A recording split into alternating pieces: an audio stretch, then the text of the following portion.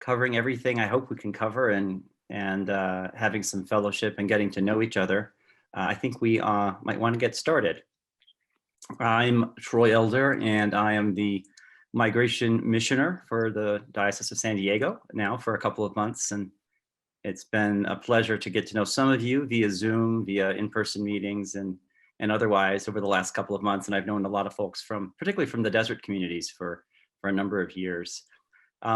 This workshop is called Incarnating Christ's Hands, Feet, and Heart Through Migration Ministries. And I think it's not hard to wonder why we might want to put some hearts, feet, hands, and minds together around issues of migration, broadly construed in the current moment, given just what we've seen the last couple of years. But I did want to start with a prayer. So can I share my screen? Whoever at headquarters is enabling that, please. All right, I'm going to try to share my screen. Okay. Yeah, excuse me, if the host, one of my colleagues there, could enable me as the as one of the hosts to share my screen, that'd be great. It should be working now, Troy. All right, thank you. Mm-hmm. Okay, great, thank you. Okay.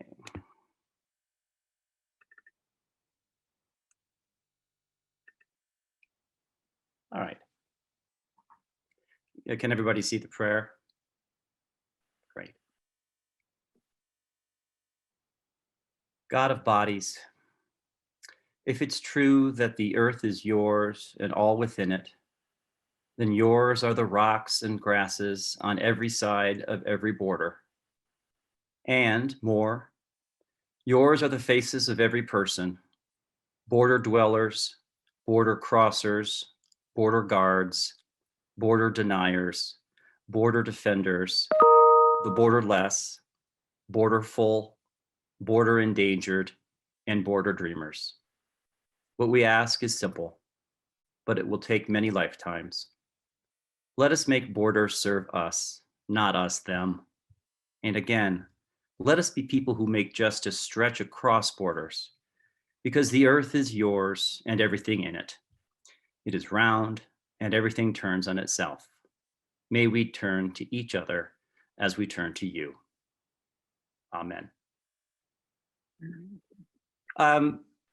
My thought in crafting this workshop and in the invitation that we sent to in the announcement of it to reflect on a short article called 5 Ways to Have Better Conversations About Immigration was really that this be an interactive session if possible, as opposed to, and I'll go off my screen sharing now, as opposed to a lecture or presentation.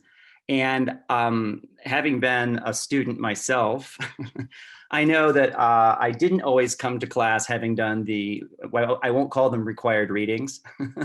So I thought, and I don't know how much time folks have had to either look at this article or to digest it, but my thought for this session would be to have some conversations sparked by this article through the lens of our Christian faith, and then move into a sort of a presentation or a discussion of some of the work of our migration ministries in the diocese, some of our current work and some of our planned work, which I hope will sort of conclude with an invitation for folks to join us. So I guess maybe if I could get a show, I'm not gonna ask for a show of hands. Did anybody have a chance to take a look at the article before this session, or no? No. No, okay, that's fine. I'm going to stop sharing my screen at this point and go back to looking at everybody. It's quite short, and the reason that I thought it would catalyze some conversation, spark some conversation, was that it's written from a secular context, but it has some ideas that I think can be profitably just sort of deployed in a faith context like ours. So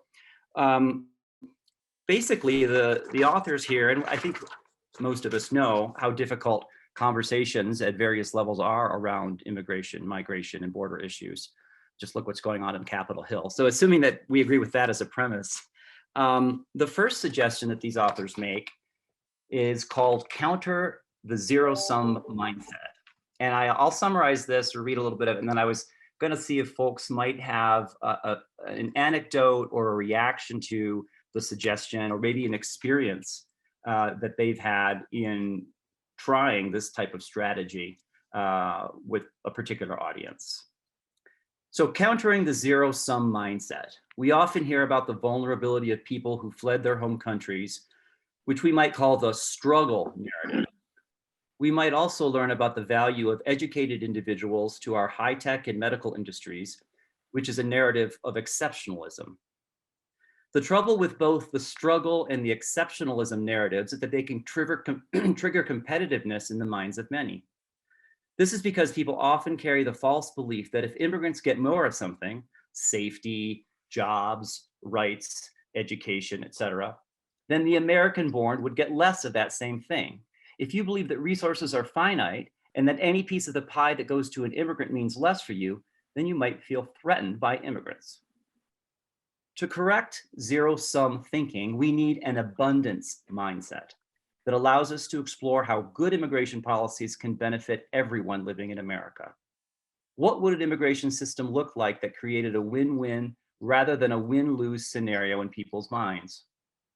Can we tell stories and have discussions that explore shared struggles, dreams, and aspirations of everyone who calls America home, and avoid some of the pitfalls of the immigrant the immigrant struggle versus exceptionalism narratives?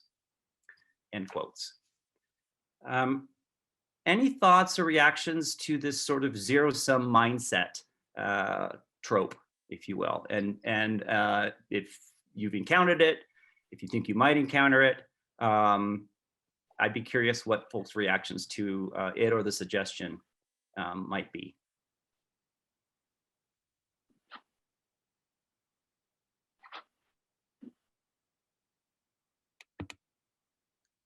I think we're learning how difficult it is to have conversations about immigration, even among our brethren and sistren.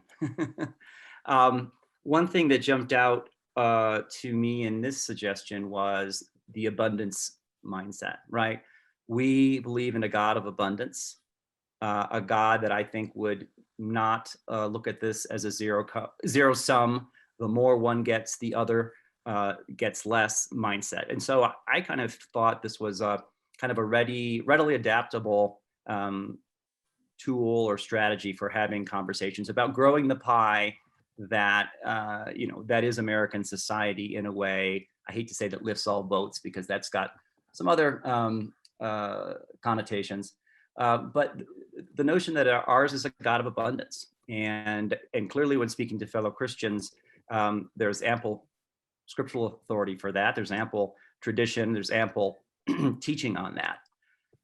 So I was buoyed, I guess, by the fact that these secular authors were thinking first about the notion of abundance. I might add here a little bit of experience I've had with immigration.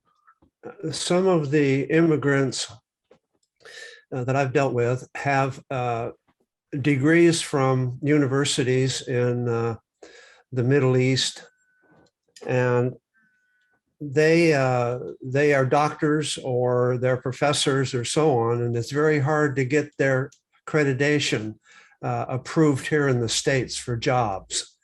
And then, they work menial jobs, and some of them are still working menial jobs, although they have published work in their field. And we found that very difficult. We're still working with a couple of them right now, trying to get their accreditation. Yes. So I think there is, I think we've seen that in a lot of our communities. And I think that probably is, in some respects, informs a little bit thinking about this argument around struggle versus exceptionalism. I think on some level, maybe some of the folks you're talking about perhaps embody the exceptionalism piece that they've, they're so highly credentialed, yet here oftentimes are cab drivers and are not working within their profession. Definitely, I think that is evidence of this.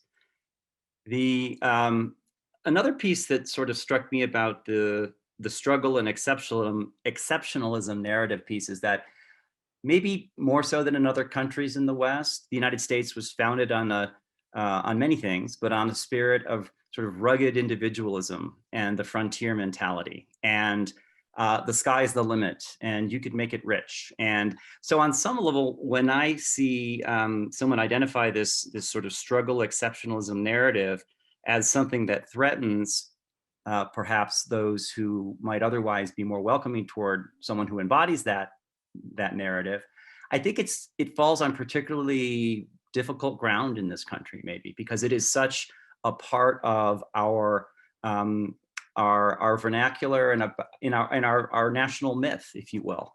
And so it's having someone who's from outside the country treading on that for some, I think, might be particularly threatening. I don't know if people agree or not. I agree with that. The theory of exceptionalism in this country and individualism and stuff at the foundation of our country came about because other people came to this country from elsewhere. They forget that we were once the immigrants to this land. And there's been such a proliferation of us versus them by so many people in authority that people have gotten the idea that we were here first, we make it our first choice, and nobody else gets to experience what our immigrant ancestors got to experience. Yet the people that scream and yell the loudest about this know the least about it, and also are the least willing to pull themselves up and learn what they need to learn in order to keep themselves exceptional. They want to tread on past experiences and past dreamlike lives that really never really existed, but they also want to deny the opportunities to others. We're a vast country. We have more than enough room for everyone. And there are people out there who are more than willing to work jobs that us exceptional Americans do not want to work. I mean, I went through the Cesar Chavez era watching the migrant farm laborers work for just limited rights of, decent treatment. And young high school students, white high school students, didn't want to go picking in the fields, even in their own communities. It was beneath them. And I think if we can get over that attitude and that feeling that we are exceptional and others are not, we might have a better chance of truly making this country exceptional. I think that there's an irony in the exceptionalism ideology, because that is what is at the heart of the destruction of the environment and of all connectedness that we have with others. And so I think the invitation of other people, we're just beginning to understand the wisdom and the ways of the indigenous people that are teaching us ways to yield better quality from the earth and better quality from our environment, because they have better ways. See, the exceptionalism is a trap because it keeps you away from the wisdom that you can attain in order to live a better, healthier life and have the abundance. And so it keeps you away from those people that you can invite in to help you out. And it keeps you on the forefront of that destructive ideology that is going to eliminate everything around you, and yourself included. So it really is, it's a kind of a catch-22. Thank you. Someone sent me a message. I won't identify the person in the chat that I thought I would just share. And this person says, I think we counter the zero-sum gain by rethinking what it means to be a human being. The idea of Ubuntu, U-B-U-N-T-U, is compelling to me. That is, I do not exist without you. What a beautiful sentiment that is. This is Kathy Dowdle, and I think it also causes problems within that immigrant community as well. In my secular job, I worked with quite a few people that were here on H-1 visas, and there was stiff competition because they knew there were only a certain number of visas, and so there was, much competition and division within that community in order to get that visa or that kind of thing, in order to have that, that golden ticket to be here in the US. Thank you. And I think Mary Ann Eckman from St. Margaret's, one of the underpinnings of American exceptionalism is that really it just applies to white people. I'm reading The Warmth of Other Suns right now, which is about the migration of the Black community up north. And that these people were hardworking. They were used to working really hard because they've been working in the South. And they were denied that American exceptionalism because of the color of their skins. And it's a compelling book, written by Wilkerson. And anyway, so this whole American exceptionalism concept is rooted in the fact that it was white people that were exceptional. It was white people that came to this country and destroyed the indigenous people's way of life. And so I think, we have to not forget that part too. So it's not all immigrants are treated equally, because the Blacks heading north and the immigrants coming from the European countries were initially these immigrants from Eastern European countries and Southern European countries were regarded as not the exceptional. They were the other because they were darker skinned and not Anglo. And they eventually got accepted as passed on as whites, but the Black people in our country never did. So there's that whole underlying racism in this exceptionalism concept that kind of sticks in my craw a little bit. So anyway, I'll get off my. Oh, thank you, Mary Ann. I'm actually learning so much from these thoughts and perspectives. It is intersectionality, I think, is one word that is sometimes used to describe the confluence of race, immigration status, gender, as kind of multiple contributing factors to oppression. And yeah, right on. Maybe we can move. I'm reluctant to move because this is a rich conversation, but I would like to at least to maybe get some thoughts on some of these other strategies. The second one was called, and this is interesting in part because of the reason that we're here, tread lightly around the sacred. Research shows that when perceived threat and social identity become involved, our policy stances can become sacralized, transforming into absolutist, moralized, non-negotiable values. And basically the gist of it is that these super values become fixed, and people really are not willing to engage like they might around other divisive topics because they've become so fixed. There's a lot of psychology around this. And the solution that's proposed here is basically identifying the sacredness for different groups of people and basically listening carefully. And I'll just cite one more piece of this. For example, we can learn what is behind positions like the need for a border wall. Is it safety or security? Is safety or security sort of this elevated value that is basically trumps all others, and that you really need to understand that that's what folks are lifting up above so much else? I, of course, was intrigued by the title of the strategy, which was Tread Lightly Around the Sacred, because I, coming from, as we all do, a faith-based perspective, actually have a lot of solace and energy and encouragement from the sacred. So in other words, deploying the sacred, whether it's through scriptural passages, through our shared history as Christians, through refugee and migration stories throughout history, but particularly those in the Bible, is, of course, a more orthodox definition of sacredness than someone's kind of idiosyncratic, if you will, kind of focus on a particular issue. So what speaks to me about the sort of notion of the sacred is perhaps sharing our notion of what really is sacred, which is our baptismal covenant, which is what God is calling us to do throughout the Bible, Old Testament and New, in welcoming the newcomer, welcoming the stranger. Drilling down a little bit more deeply into that as well, because that doesn't necessarily answer the question, some of the hard questions, but having that as the through line. I've been an immigration lawyer doing this type of work for almost a quarter of a century, and I can't imagine not having that reserve, at least internally, of legitimacy, of validity.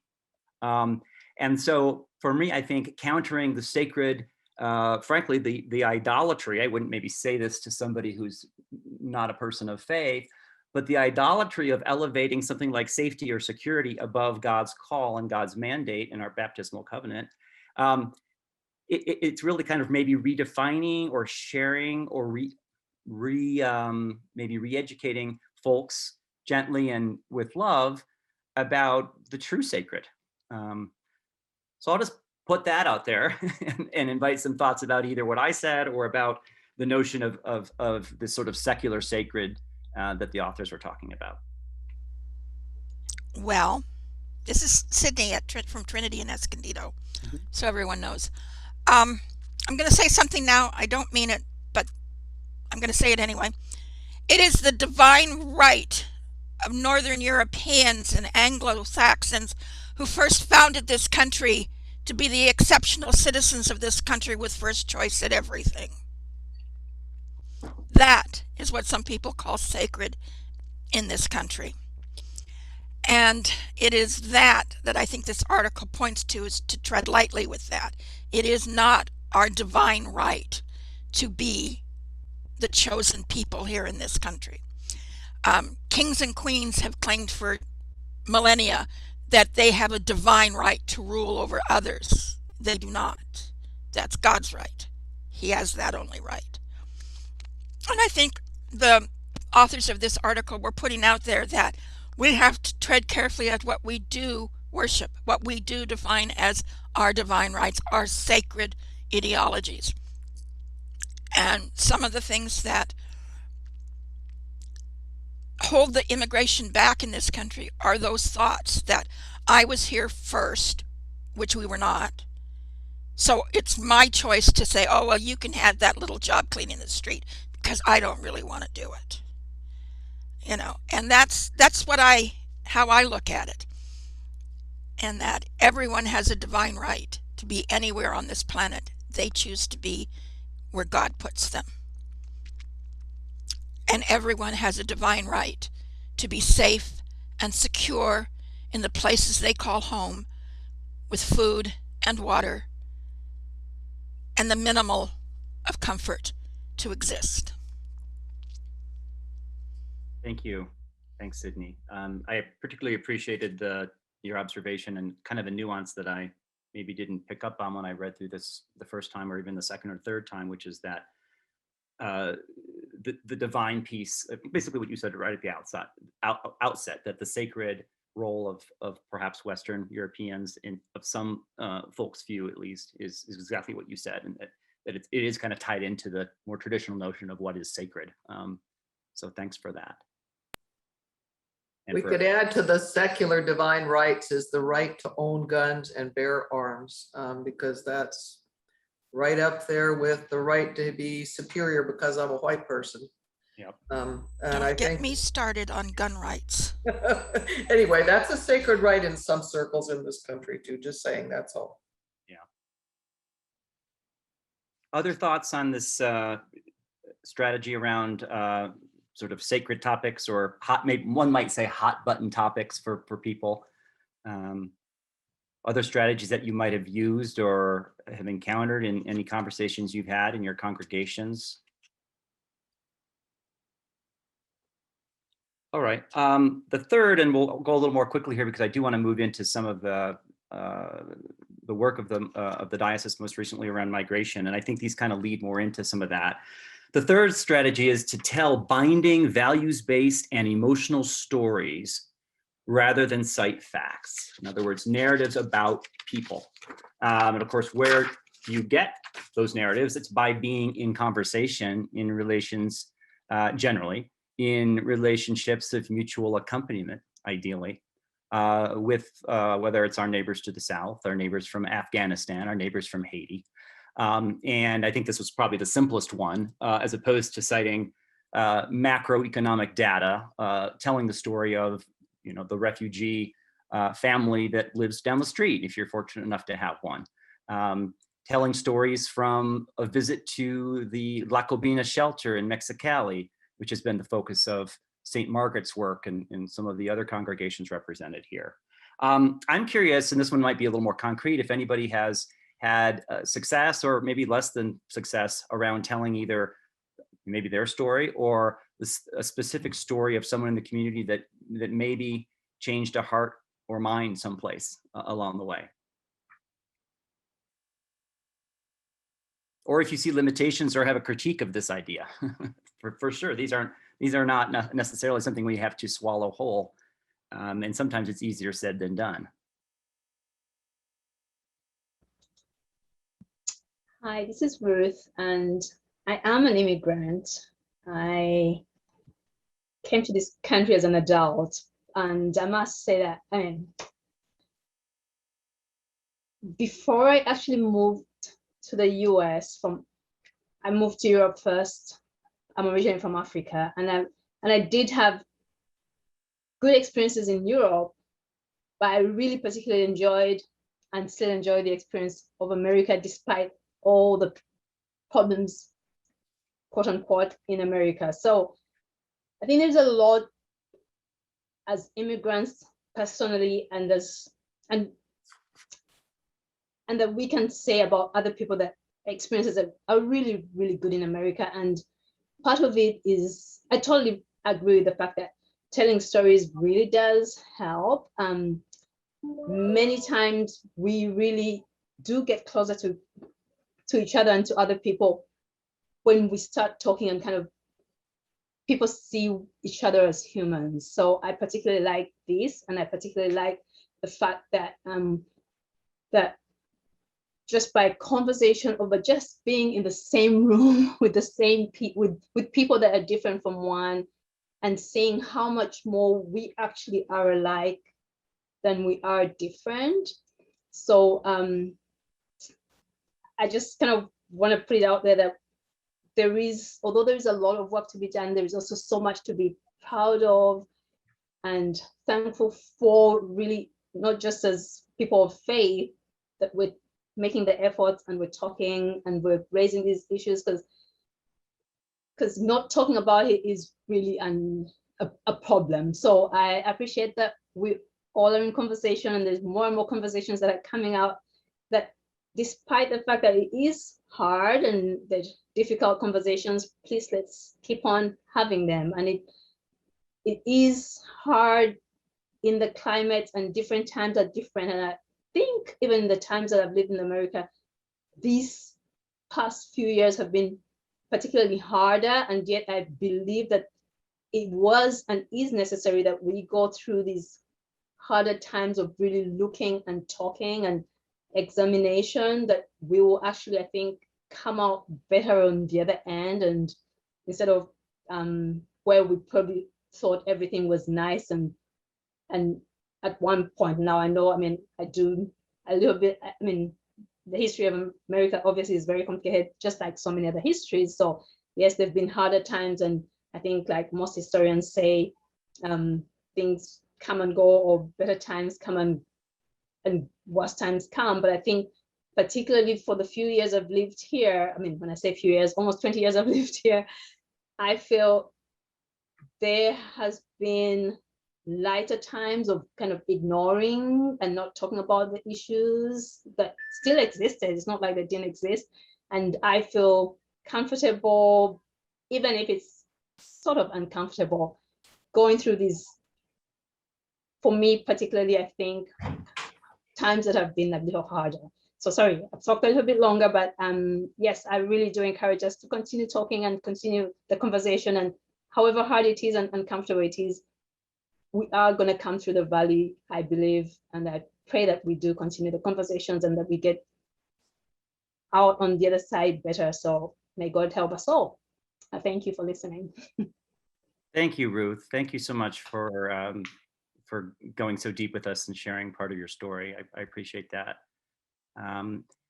And I think there's a couple of more arguments here, but I'm going to suggest that we maybe pivot to talking, as time flies here, a little bit about what's going on in the diocese, and to give us some sort of practical ways to think about how some of these conversations and some of these strategies might be deployed in our work. And I would certainly invite folks to continue to have conversations maybe around the fourth and fifth strategies, or around the whole notion of engaging in these conversations, because it sounds like a lot of us have been having some of these conversations, and certainly they need to happen. And I think in parishes, congregations, schools, and other settings, society in general is served when we are intentional about the type of conversations we're having, at least when it's possible. So thanks for all of that, for all of you in terms of participating, and I'm eager to hear more after, if you'd like. I would like to pivot, and Karen, if I could resume sharing my screen, maybe I'm still enabled to do that. I'm still able to do that, I think. Got it. I am screen sharing, and I hope folks can see that. I am super pleased to share with you a document that is the product of a number of months of discernment, prayer, input, evaluation by a group of lovely folks from this diocese who have had migration issues on their heart for some time, and have been thinking about how we might move forward with some concrete projects, some concrete initiatives in various areas of church life that span from service to advocacy, to worship, to peer education, and to stewardship or sustainability of this type of ministry. And about 2 weeks ago, the Migration Task Force, to which you're all invited, we meet monthly. We're going to revert to every other month meeting in person at a different parish around the diocese, and then on the off months we'll meet via Zoom. We elaborated this task force mission statement, which I'll just read. It's basically a version of what I just said. Through ministries of service, advocacy, worship, peer education, and stewardship, the Migration Task Force of the Episcopal Diocese of San Diego seeks to manifest Christ's risenness by welcoming, healing, and empowering our newest neighbors. And we gave a lot of thought, and as I said, prayer to really every word of that mission statement, subject to revision, of course, and it is a working document. And it guided our decision to feature, if you will, and to focus on 4 or 5 what we'll call sort of team ministries or ministry projects, some of which were already existing and some of which are new initiatives, some of which are at more of a congregation or parish level, some are throughout the diocese or throughout the church, some of which are fully remote, some of which require or ideally would have an in-person presence, and which really we wanted to offer and invite folks to consider and discern being part of a range of ministry opportunities at sort of every possible entry point. And this is what we came up with. I'll start with talking about a couple of very concrete service opportunities. And let me take a step back and say that as the task force moves forward, and we've been up and running now for 6 or 8 months, I think the sense of the group is that the task force itself is a place of connection, of mutual, we convene, the diocese convenes the task force to give people a forum to talk about, if they'd like, migration-related ministries in their congregations. It's a place perhaps to catalyze thinking, maybe to get some counsel. So all these words that start with C, I'd like to think are part of the modus operandi, if you will, of the task force. And so through that type of a work plan, we have Jesus' hands, feet, and heart, accompaniment of vulnerable migrants in Baja, Mexico. So there's an existing ministry that many of you are involved with, and you might have heard about, if not, in Mexicali, just over the border from Calexico in Imperial County.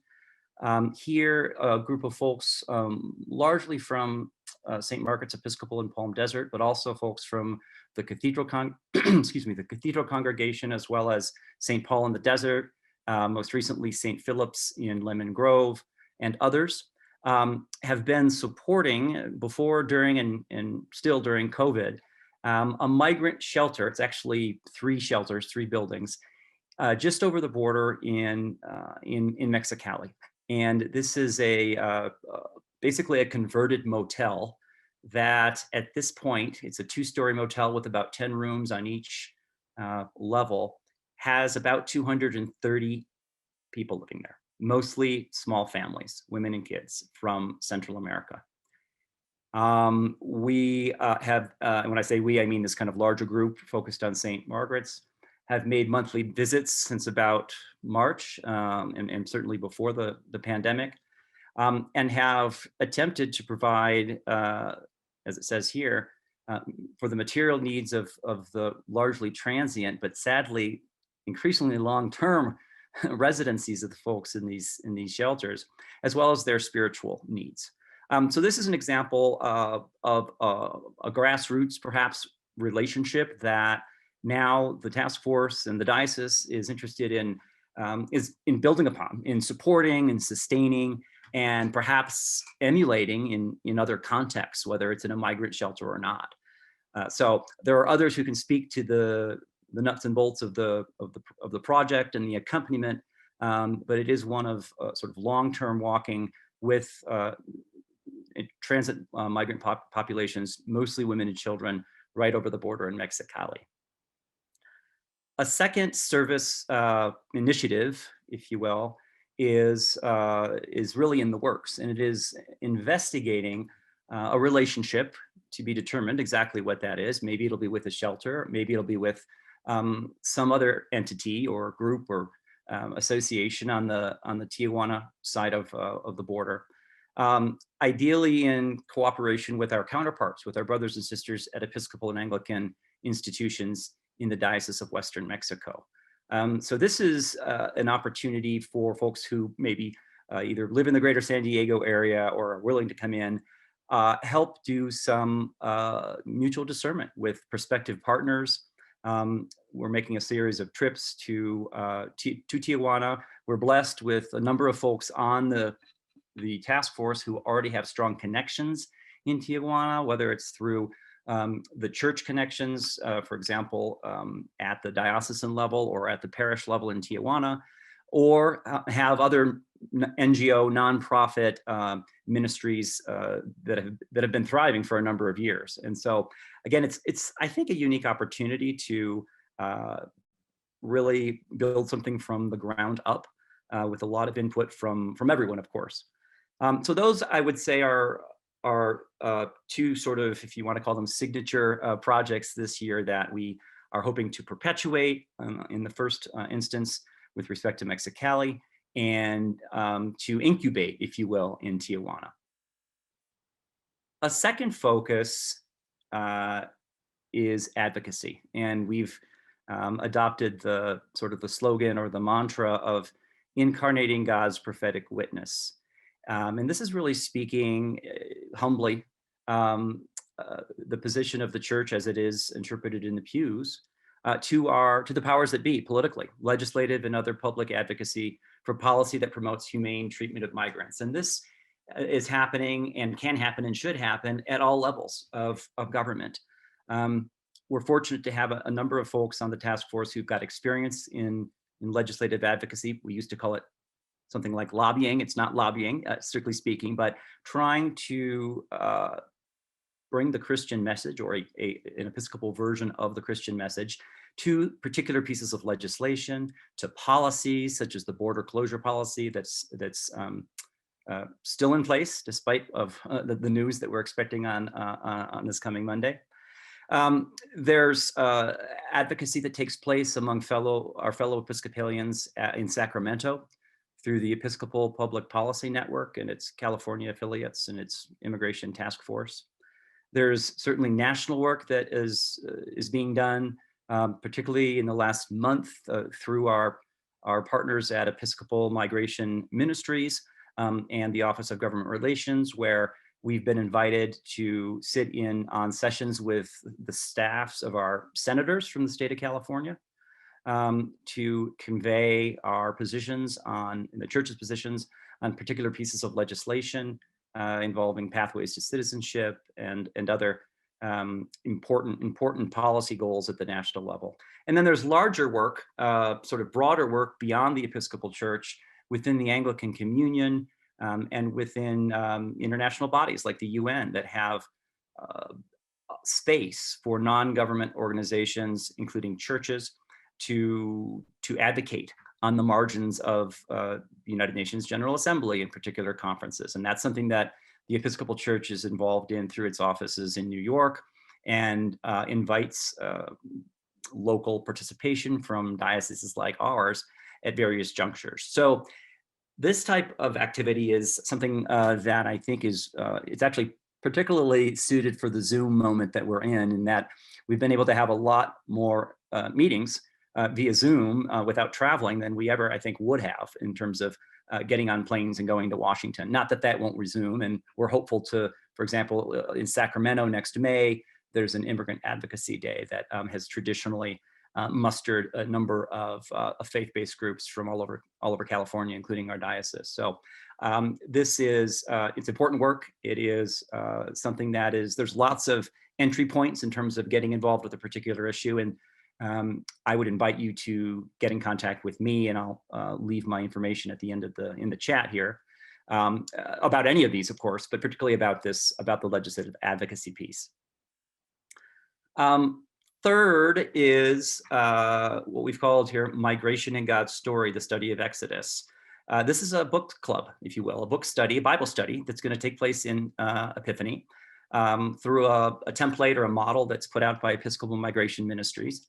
And we are hopeful to get some funding to actually have this be a bilingual Bible study that would involve some of our brothers and sisters and siblings in the Diocese of Guatemala, or perhaps other non-US Episcopal or Anglican dioceses. And that will take place starting in early January, and more about that will be appearing in the diocesan news channels in the coming weeks. Finally, and I say finally not because they're not important, they're critically important, but just because they're a little bit more kind of it's hard to kind of keep track of where the ball is with respect to Afghan welcome in this country. We are, of course, very aware of the crisis that took place earlier this summer in Afghanistan, and that now continues on military bases in the United States. And California is scheduled to receive about 5,400 Afghan evacuees from US military bases. Of those, it's estimated that probably 80% will go to the Sacramento area, and that the remainder, which I think is like 1,300, will come to San Diego, to Greater San Diego.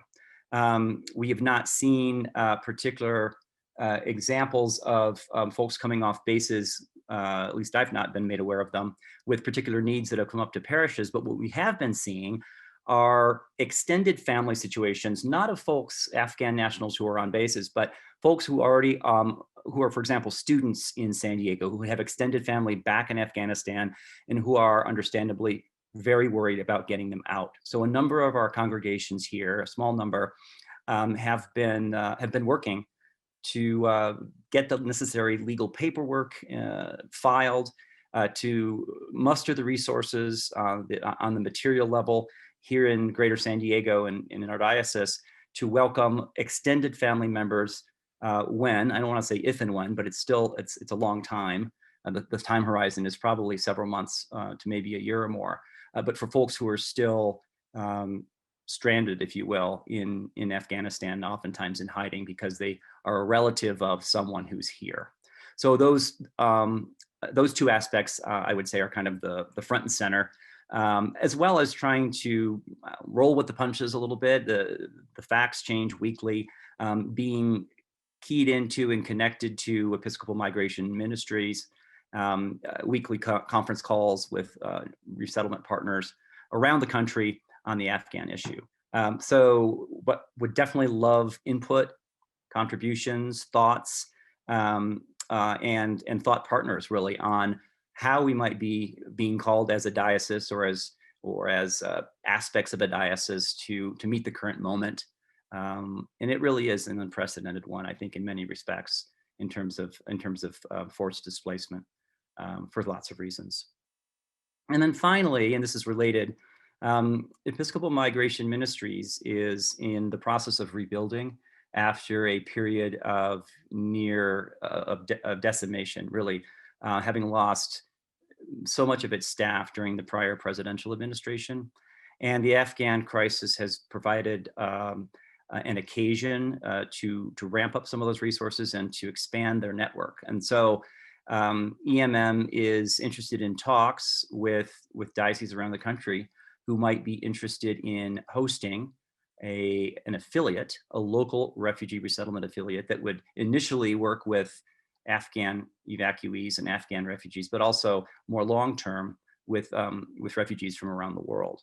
And so there's been some focus on that and some discernment about how we might. At this point, there is no Episcopal refugee resettlement presence in Greater San Diego. The closest office is in Los Angeles. So a couple of nuts and bolts about the task force, and then I would love to reserve maybe 3 or 4 minutes before the bio break for questions or thoughts.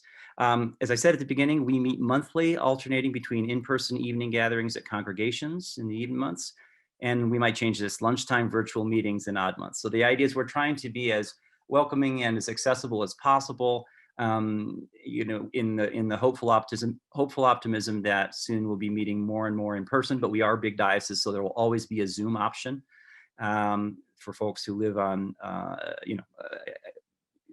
wherever you live in the diocese. You are welcome. And I guess at this point, I just wanted to, I did not put my email address, but I will, and then I will be quiet for a second.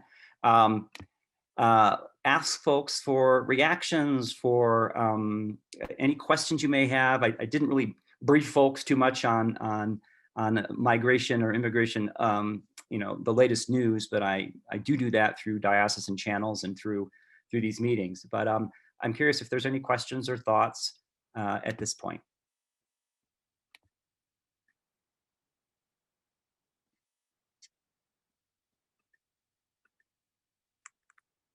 All right, I'm dropping my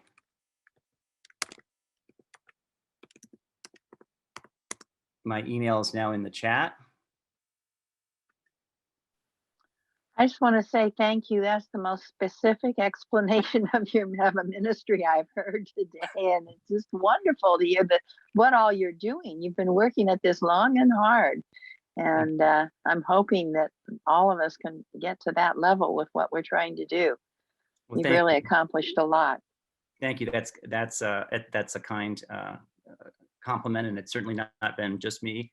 And we again invite everybody's participation. There's a lot of work to be done, a lot of opportunity, but thank you for that. I'd really like to get involved with your little migration ministry. I've been attending a great number of Zoom type seminars and podcasts from around the world regarding this very issue in different countries and seeing how they're handling their immigration problems and other Western nations. So this would be something that would really augment the studies I've been doing and possibly work towards a mission I'm working on. Great, thanks, Sydney. I'll reach out to you. I sent you my email. So. Oh, good. Okay, great. Thank you. Look forward to meeting you. Anybody else? All right. Well, it is 3:50. So right on time. It's time for our 10-minute break. Thanks to all of you. Look forward to meeting you in person at some point soon. Blessings for the rest of convention, and have a good afternoon.